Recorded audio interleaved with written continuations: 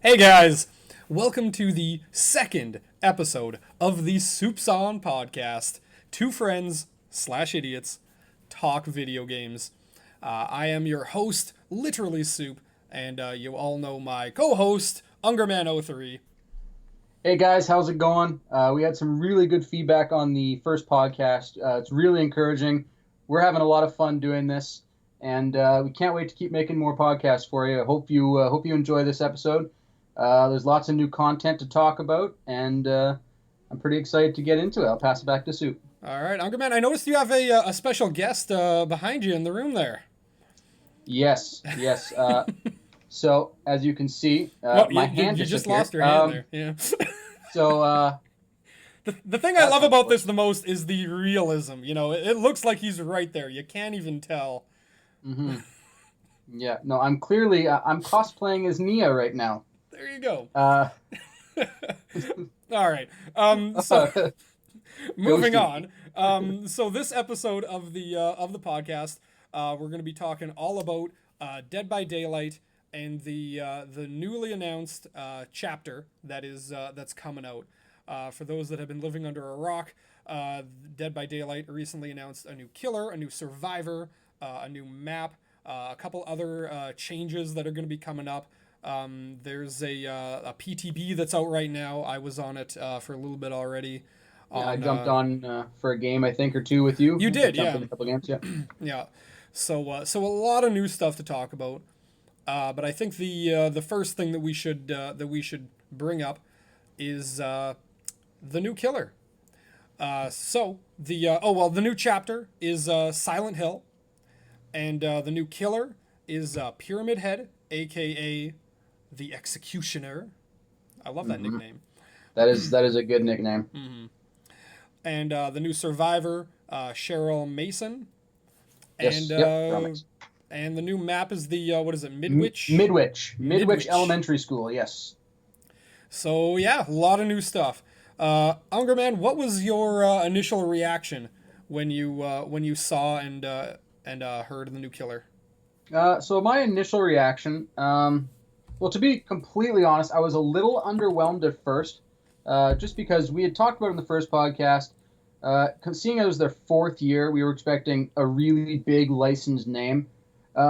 So, being someone who never played the original Silent Hill games, it wasn't like a massive treat for me. I've grown to actually like it more. I think it's a little gimmicky with some of the things that are in the game right now, but we can talk about that when we get to the perks and different abilities that he has. Right. Um, but yeah, you know what? It's grown on me a little bit. I like it more now because it is. It is. They never lied about it. They said it was a licensed killer, and it was a classic killer. And Hmm. Silent Hill is one of the original like horror games and franchises. So I think it's kind of cool. Right. Yeah, a lot of people in my chat, we hosted a viewing party for the dev stream, so I had a lot of people getting their very first reactions right in chat, and they saw mine as well. It was pretty divided, but there were a lot of people that were really really excited about this announcement. I guess a lot of people have played Silent Hill. It has a large fan base, and I think some people kind of like it was maybe their first experience in like really the horror genre of video games.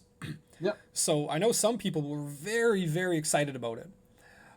If I'm talking from a personal standpoint, I never played the games, so I couldn't tell you really anything about Silent Hill, and up until like maybe a week or two before the announcement, I hadn't even heard of Pyramid Head. So when they made the announcements, for me personally, it was definitely underwhelming. I I'm still not a big fan of the look of the character. While it might be somewhat true, I did do a little bit of research into what the character like looks like in the other video games too. It's pretty accurate. The pyramid, like the actual head, should be a little bit different. It should be pointed at the front if Yeah, I'm yeah, it correct has about some the sort of like games. pointed, almost like a beak kind of like piece to it in the front that it doesn't really have, in the Dead by Daylight game right now. But aside from that, like being someone that wasn't into the video game, seeing it looks kind of ridiculous to me. That's fair. If I had been big into Silent Hill, then maybe I'd probably would feel differently. No, absolutely. That's fair. But yeah, I will definitely say that I was underwhelmed with the announcement, in the sense that, and you kind of talked about this, but it was supposed to be this classic killer, and I don't think that Pyramid Head is a classic killer. It might be in terms of like horror video games, but that's a very specific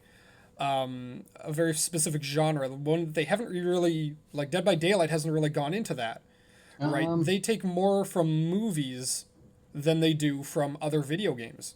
I'm pretty sure. except they've done it one time before, with With Bill, Okay, with a yes. survivor, because they did the Left for Dead That Survivor. is true. Yeah, I Yeah, feel that that's a little bit different because that was like a one-off thing from yeah, a that's long been a time while ago. now, but Yeah, they have dabbled into taking characters that's a from good another point. video game franchise in the past.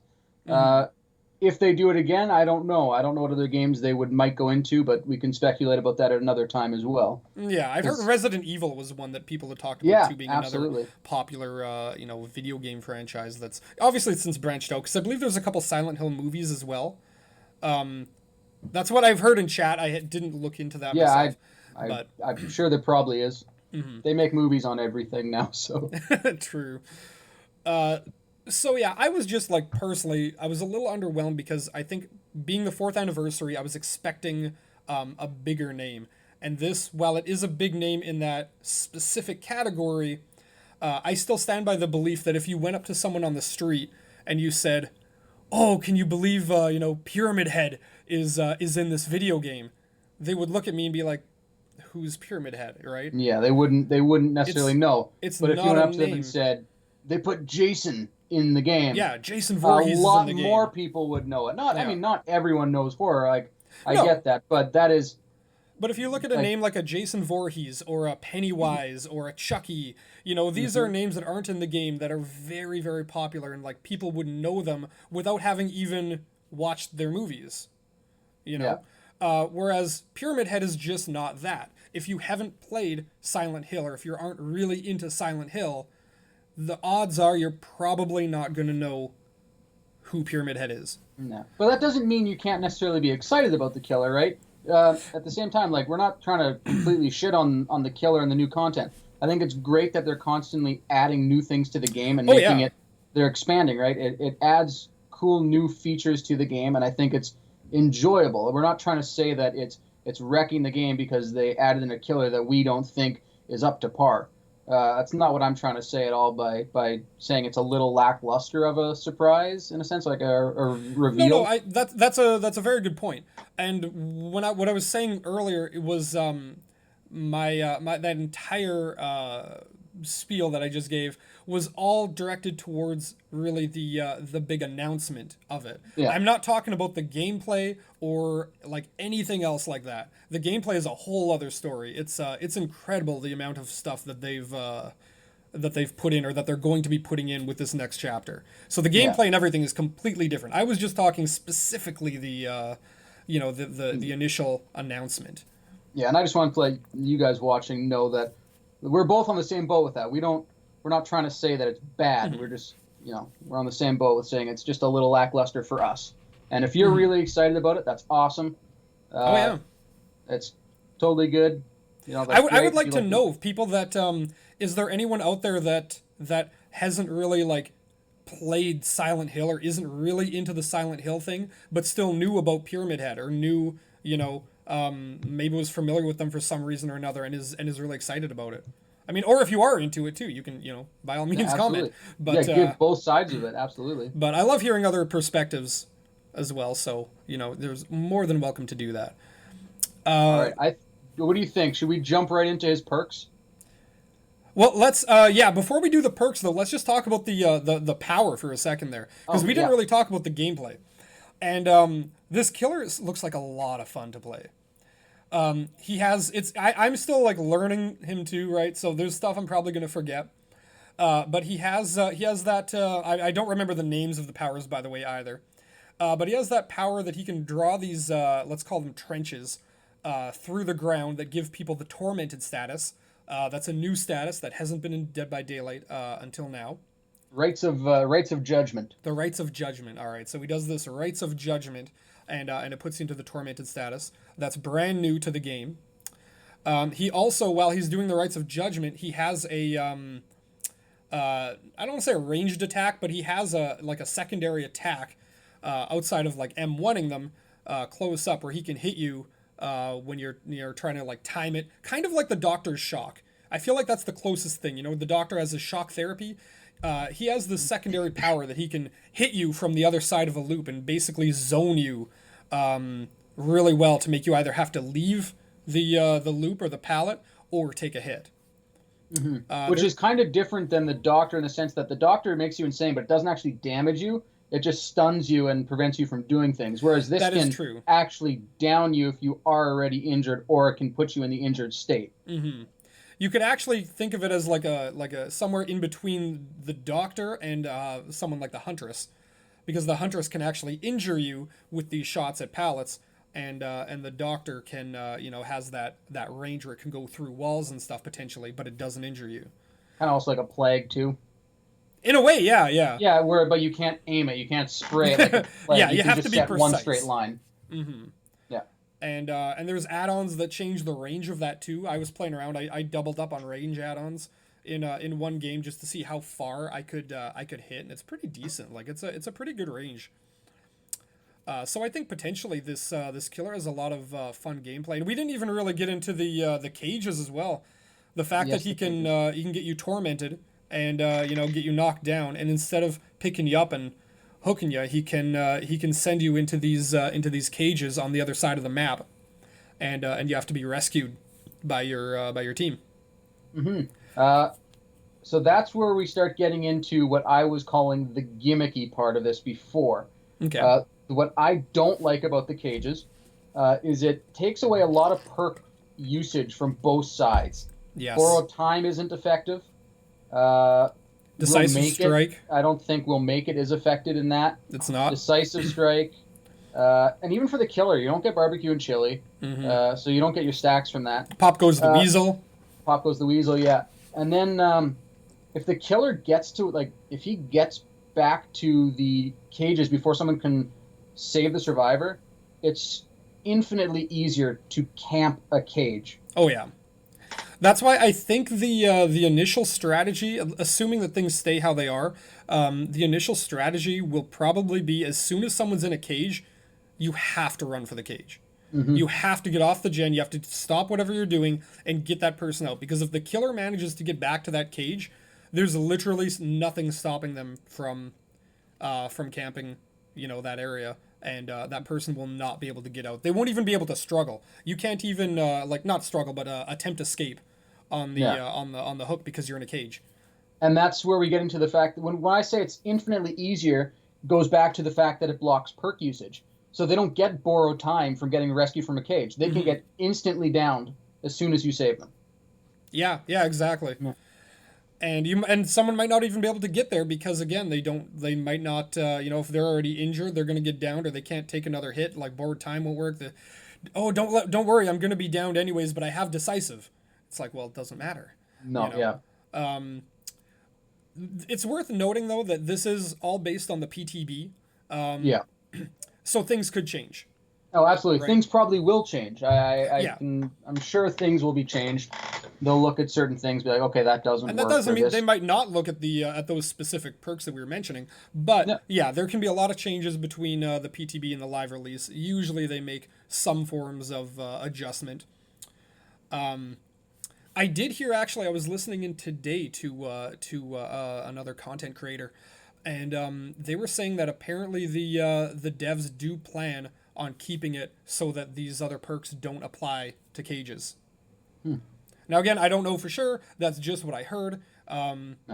But it would be interesting to see that maybe the devs don't really want like the meta perks to stay meta, right? There's a lot of perks that people always run. Like most teams, if you're going against a survivor, you're gonna see Borrowed Time, Decisive Strike, a lot of the perks that we mentioned are going to come up, and this killer directly counters them. Yep. So it might be a big change in the game. Maybe you'll see a lot more people running different perks, which generally I'm okay with. Yep. No, I agree. But I guess we'll see. Let's go into the perks, the Okay. teachables for. So Go ahead. for the killer, just because I have it pulled up here, I don't know if you have it pulled up on your I screen, don't so know. I can. So the first perk that he has is Forced Penance, and the description of that is: those who stand in the way of duty will suffer harsh judgment. Survivors who take a protection hit are inflicted with the broken status effect for, and then it goes 20, 25, 30 seconds, depending on tier. Right. I like that perk. That's a simple perk, in my opinion. That's one that if you're new to the game or just a casual player who doesn't play as often like I am, it's easy to understand and it's easy to implement right away. Yeah, I absolutely agree. I don't think it's like the strongest perk in the game, but not every perk has to be. A lot of times perks come out and people are like, "Oh, this one's garbage. Oh, this one's garbage," and it's like, no, there's a lot of good perks out there. Just because they're not like S tier amazing like broken perks that work so well that you'd be stupid not to run them kind of thing. There's it's fine to have a nice middle of the road perk, and I think that's what that one is. It's easy to understand. It's good. I like it. Yeah. It worked with some nice builds. Absolutely. And then, so that's kind of it for that one. There's not too much to talk about for that one. The next one is Trail of Torment.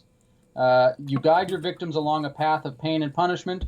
After kicking a generator, you become undetectable for 15 seconds. During this time, the generator's aura is revealed yellow to all survivors.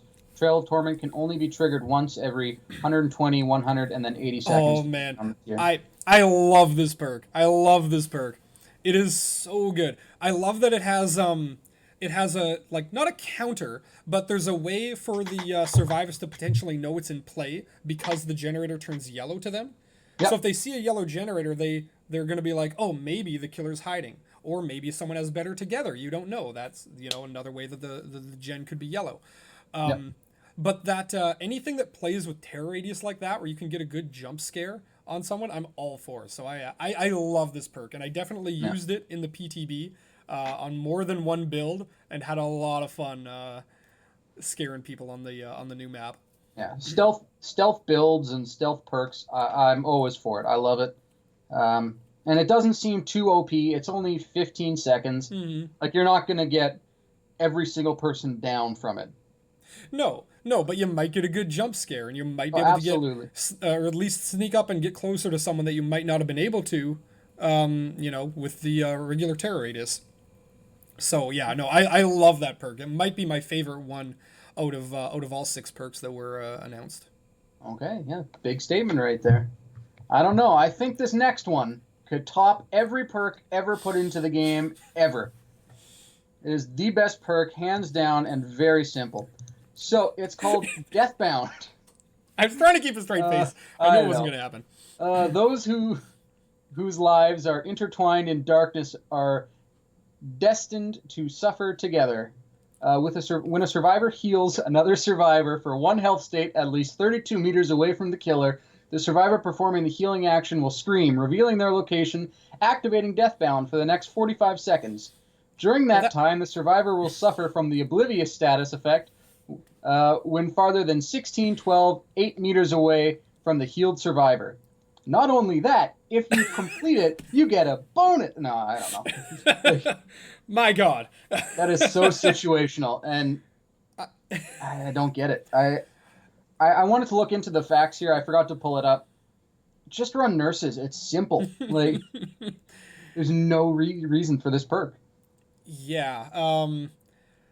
I don't know. I remember trying to read that one on stream because we were going through them pretty meticulously, and I still don't fully understand it. Like, I still don't see why you would want to run a perk like that. It's very not just situational, but it's also very reactive. Like, you have to hope that someone is going to heal someone else within these specific boundaries, and then to make a play off of that is almost impossible because The only sign you get is that you get a notification when someone screams.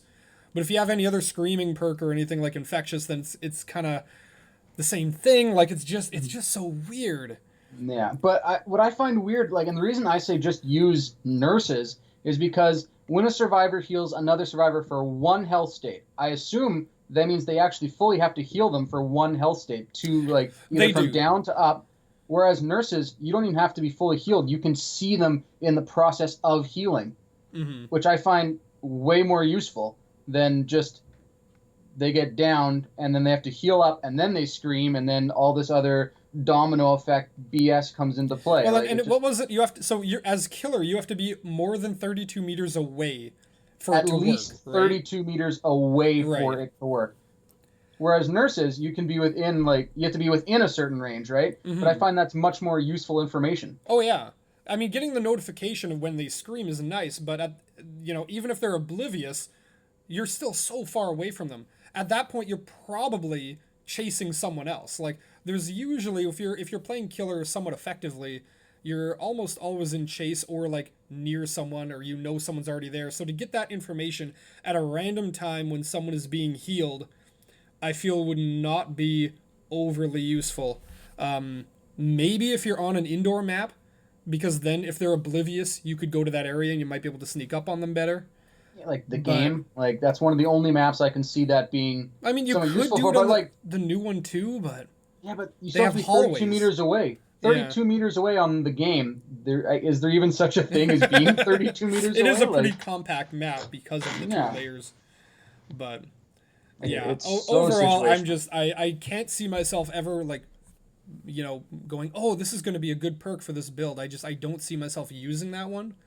And I like ones that mess with the oblivious status and the undetectable status. Dark Devotion is one of my more recent favorite killer perks. But this one is just, I don't know, I can't see myself ever trying to, use it willingly in a build. Yeah. Yeah, that's it for the killer for the most part. Then they also introduced the new survivor, Cheryl Mason. Yes. Um, unlike the killer, there's not much to talk about. She's blonde. Yeah, if you're a fan of the show, I'm sure you'd be pretty pumped to have her The game. or the game. Sorry, you'd be pretty pumped to have her in there. But there's not much to say. It's a survivor, so it's really just about the teachables. Um, so let's get right into them. What's the first All perk? right. So the first perk is called Soul Guard. You have been through immense hardship and you're stronger for it. Gain the endurance status for 4, 6, or 8 seconds, depending on the tier you have it unlocked. Seconds after being healed or having recovered from the dying state. While affected by the cursed status effect, you can fully recover from the dying state. Mm-hmm.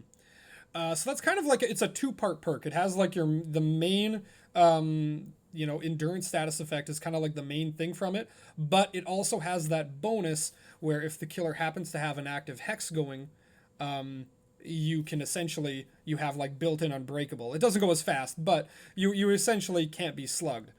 Yeah. So in terms like I like both parts to it. It's like it's having the endurance effect is kind of like a built-in borrowed time. There's a lot of times where you're being healed by your team, where you're slugged, you're being healed by your team, and the killer's coming at you, and you know that they should just stop, and instead they get you back up, only to be hit immediately back down, and then you have to recover all over again. Yeah. This is a nice counter to that, and it's also the second part to it is kind of a counter to Noed.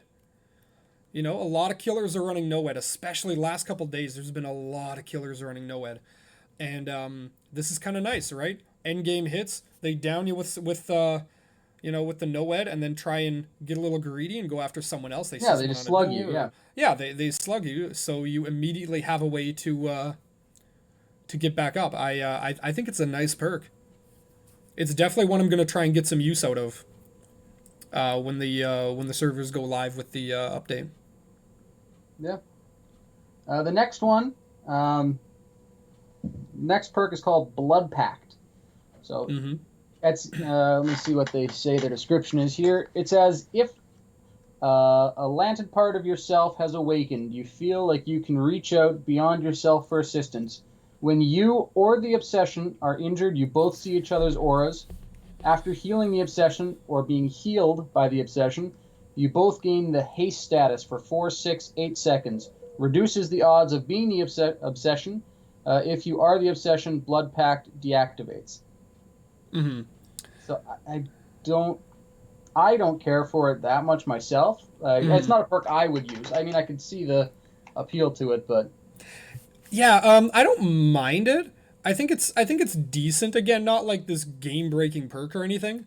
But being able to constantly see someone's aura is kind of nice. It's basically like having bringing in a key with the I believe it's the wedding ring add on that lets you always see the obsession. But it's put into a perk. So a lot of the times I used it a little bit in the PTB, and a lot of the times you can see the obsession, which is really nice to know. One teammate, no matter where they are, if you need to be healed, you run to them, or if you need, they're on the last gen or something, you want to work with them. They're being chased by the killer. It's a good information perk. The haste status effect is nice, but I didn't find I needed it that much. It didn't really like make or break any games when I used the perk. And I did have a couple times where I ran it and I was the obsession.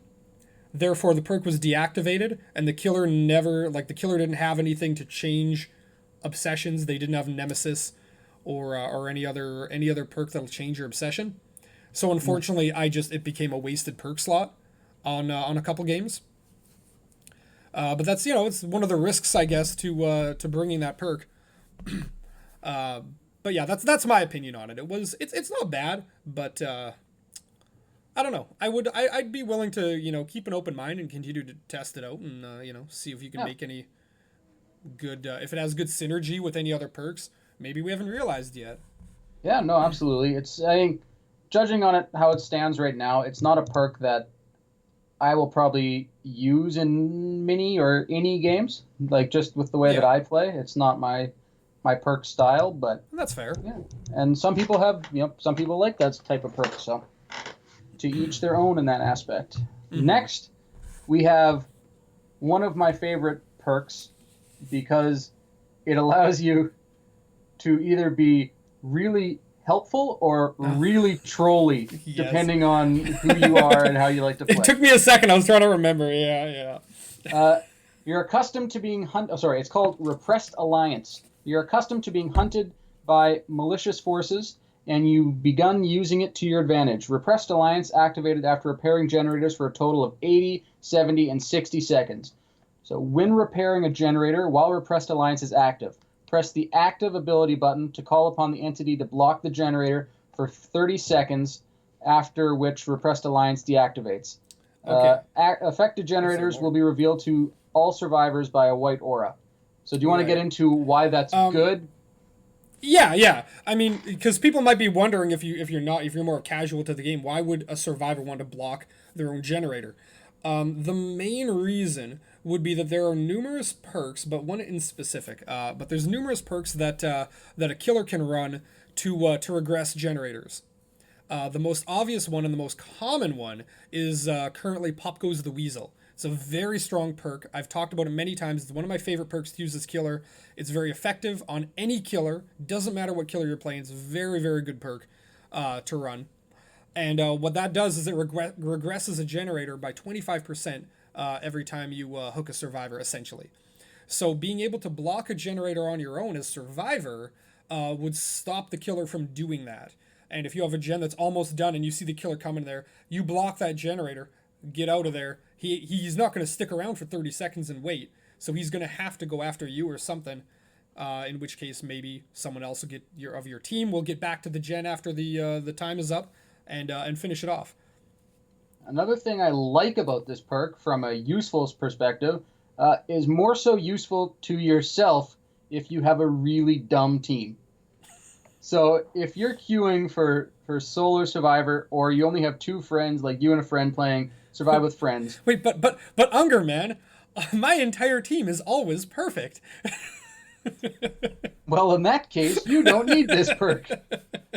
No. So obviously you know what I'm going to say. Like, if you're not familiar with the game, when I say the term 3 gen, Well, Soup might do a better job explaining it. I'll let him explain what a 3-gen situation is. What a 3-gen is, every map starts off with what is it, 7 generators, and you have to get at least 5 done. So once you're down to the last generator that you have to get done, that means that there are a total of 3 generators still on the map, and one of them has to be repaired. So a lot of killers will take on a 3-gen strat, which is basically before that time, they'll protect 3 generators that are very close to each other, and make it very difficult for the survivors to get any one of those last 3 gens completed, and therefore they won't be able to get to endgame and escape. Yeah. Or it's your team stupid, and they let's say on maps where it's very obviously 2 sides, like the eye map that we talked about the other day, like that bone-shaped map. If you do all of the gens on one side plus the middle gen, that only leaves 1/3 of the map that the killer will then have to protect for the rest of that game. 1/3 with 3 gens on it. And that can just be done by a team not thinking, because everyone could be on a separate gen on the same side without realizing it.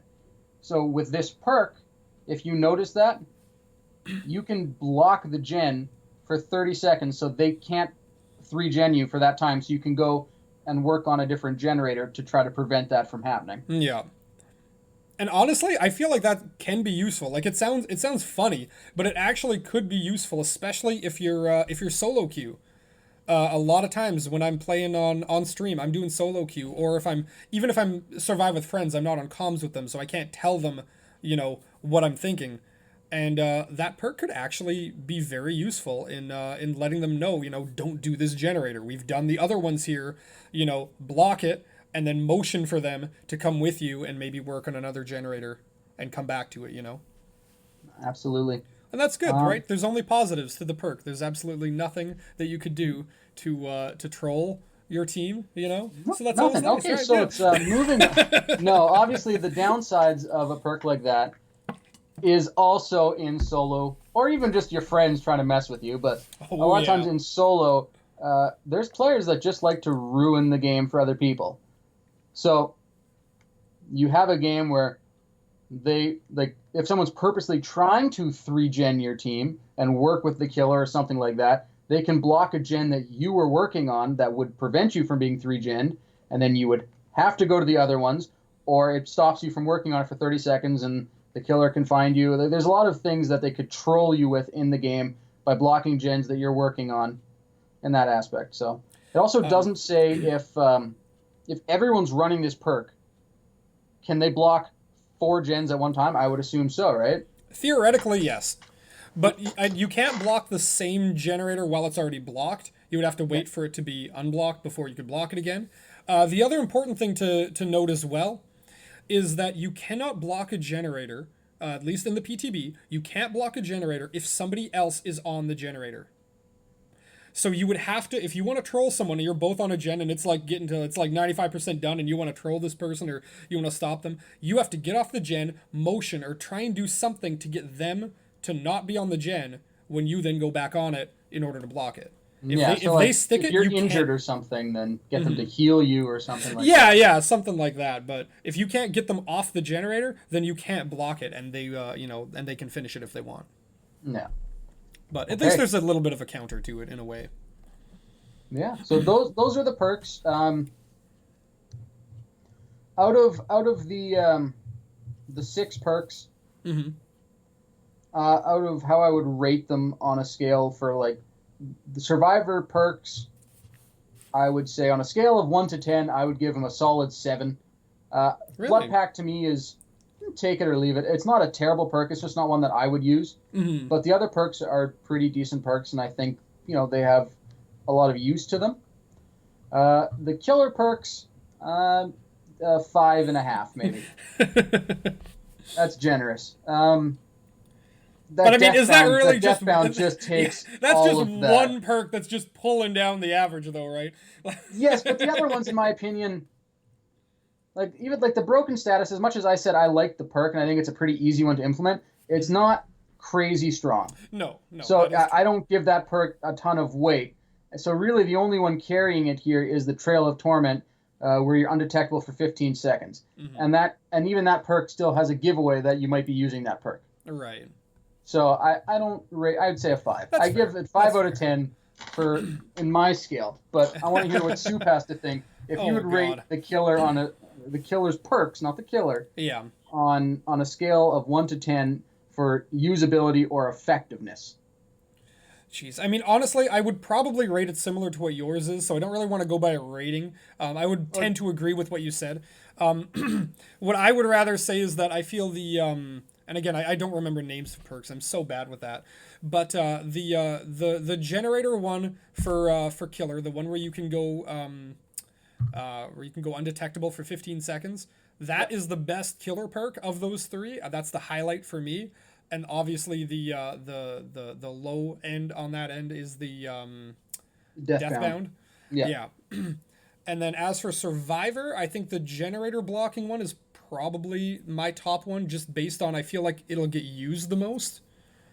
Whether it's used for good or for bad, it'll still be used the most. So I yep. would put that one up there, and probably the again I can't remember the perk names Yeah, the off the top of Repressed my head. Alliance is that one for the generators, and Blood Hmm. Pact is the one where you see the obsession if they're injured or you're injured, Yeah, and then Soul Guard is the endurance is the slash. endurance one. Yeah, Yeah, I would probably put Blood Pack at the low end of the three perks as well. Not that I don't think it's bad though. I think it can be useful, but a little more situational than the other two. absolutely. Then we have, I think I would say I would go as far for me personally as to say my favorite part about the new content is the map. I think the Mm, map personally is a really cool mix of indoor outdoor. There's a small outdoor area, um, but it's still a cool little maze area with lots of spots to hide. yeah. Um, if you know are a dirty blendette or It's interesting because like the main like there's little spots to hide in the grass, but the main two paths, right? Because it's a very square map. yep, The main two paths in the open area in the center are very open, and then it's similar to the like the actual insides of the school, where those main four hallways on each level are very open, and you can see pretty far down them if the killer's going there. But if you go through the little like paths between rooms, and there's a couple little areas where like the floor on the second floor has like crumbled, so it's created a pathway like this so that you can go up and get from one level to the other. There's a lot of like potential to still be able to do some good stealth and sneak up on people. yeah. I I would I would put it on a fairly even level with maps I enjoy on with Leary's. I find them Hmm. actually kind of similar with all the windows and jumps between rooms that you can make, Yeah, but yet also just straight hallways with long visibility down the hallways. it kind of like is like a combination of the hospital map of Leary's and of the game. Because Yeah, it's got the two levels, but it's got a lot of specific rooms that you kind of have to go in, and a couple more like open halls. So yeah, and it's a big map. it's Like gonna it be, and you feels know what? big. Yeah, It's dark too. It's gonna be very fun trying to do like a Scratch Me or Myers on the new map. That's gonna be a lot of fun. yeah. No, there's lots of really cool things in the map. Um, and the PTB is up for how long? You know how much longer the PTB is up? I don't know off the top of my head. Generally speaking, unless you have a group of people and you're going to do like a kill your friends thing, after the first couple of days of PTB, it usually goes down a fair bit and it'll take a long time to get queues. Yeah. So that being said, since it's now been 2 days, like we're recording this 2 days after the announcement, it's probably not worth it unless you just want to test it out before it gets to the live servers. Yeah, no, absolutely. And if you're not wanting to download the PTB, I'll plug Soup here. You can go back and watch Soup's VOD of when he was on the PTB for a while. Twitch TV, literally Soup Yeah. underscore. There you go. Check him out. Yeah, the map is a lot of fun. I really enjoy it. It It's is. my favorite part about the new content. It's very Um, detailed too. There's a lot of Easter eggs. There's some Easter eggs from Silent Hill. Again, I don't understand them personally, but I've heard people talking about, oh, they put in this, and oh, there's a room that has a bunch of lockers, and one of the lockers at random will open up, and like a corpse will like fall out of it, and you never know what locker it's gonna be when you go into that room. So little things like that. There's a secret pathway in one of the rooms too that leads up to the second floor, and the killer has to break the doors in order to get it to like in order for people to be able to go through it. So it's yeah, there's a lot of cool little things in that on that map. yeah, lots of fun stuff to be excited for. I'm really excited about. They mentioned this. It's not actually about the new content that's coming out now. It's about the graphic changes. Some people preferred the That's old right. graphics when you watched it. If you haven't seen it yet, strongly recommend checking out that segment of the live stream that the devs did. Live stream because it was pre-recorded. Some of it I think was live, but some of it was also yeah. Some of it was. Okay, first of all, the best line in the entire live stream Oh was God. "Take it away, me." It was one of my favorite parts. Matthew Cote So is a treasure. That dude, he's funny. every time he's on the screen, I crack up. He's such a funny guy. Yeah, yeah. There were some really good, funny moments on that dev stream. So Yeah, it was fun watching it. And like you were talking about the graphics updates for some of the maps, they showed previews. I specifically remember Batum Preschool. They showed a lot of updates for that. It looks good. Like it's yeah, darker. It looks more realistic. There's just more details on the vehicles, different like lighting in the effects that street. they're doing, and I really like the lighting effects. Oh yeah, it's gonna make it a lot easier to like sneak up on people. There's a lot of stealth-oriented gameplay we've been talking about this stream, but I like that. I think that's a good thing. Stealth. Well, it can be boring if you're stealthing in the corner the whole time as Survivor, but Stealth yeah, killer. Ghosty will agree. But as killer, there's a lot of fun stealth plays that you can do to kind of bring the horror back to the video game. A lot of people are kind of they've been playing it for a while and they don't really get scared anymore. So Yeah, so I'm always for the stealth play. absolutely. But I think that's all I had to talk about with the new content. Uh, I'm more excited now that I've played it than when I originally was, Hmm. and I'm sure I'll enjoy coming back to the game occasionally. We'll get you back to it. We will. I'm If I sure. recall, the couple of games that we did play, you ended up doing really well on them too. So we'll get you back. And I agree again with your sentiments there. Um, while the initial announcement wasn't overly appealing to me, the gameplay is something totally new to the game. It's opened up a lot of windows for them as well, and yeah, I'm really excited to see when it hits live servers, and to see where the Dead by Daylight franchise goes from here.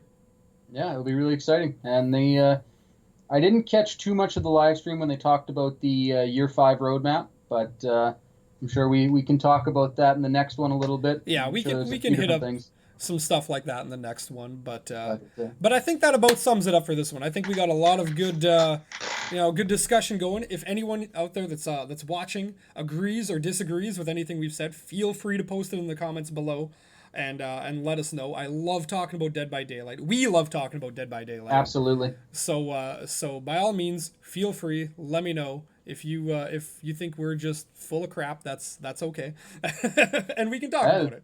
You know. Valid points, yeah. Hmm. And yeah, it'll be. I'm enjoying making this content. I'm pretty sure Soup's enjoying making the podcast. We've talked about it for a while. I'm pumped that we're finally doing it, and I'm happy to see all the. He's just happy with his new background. That's all it Okay, yeah, is. that is that. I can't remember what side it's on. No, That is fun. we actually have talked about doing a podcast for a long time now, so it's fun to actually bring out this podcast, bring it out to life, and take a go at it. So it's very exciting. I really enjoyed it, and we'll continue on. We'll probably do another one next week, I'm assuming. Yeah, So if there's any topics you want to hear, let us know. I'll be live streaming tomorrow and Friday, probably taking the weekend off like I usually do. But during the week I'm streaming very often, so feel free to hit me up in the chat and or hit up the comments and let us know if there's anything specific you'd like to hear. So you're streaming tomorrow and Friday, right? So tomorrow and Friday. Hold on, what day is it today? It's Thursday today. It's okay, okay. Jeez, you're kidding me. I'm just bothering you a little bit. Oh man. All right. Well, on that note, I think we're gonna call it for today. So thank you for watching. Really do appreciate it. Check out the Twitch channel if you haven't yet. I'd also really appreciate that. And until then, soup's off for now, guys.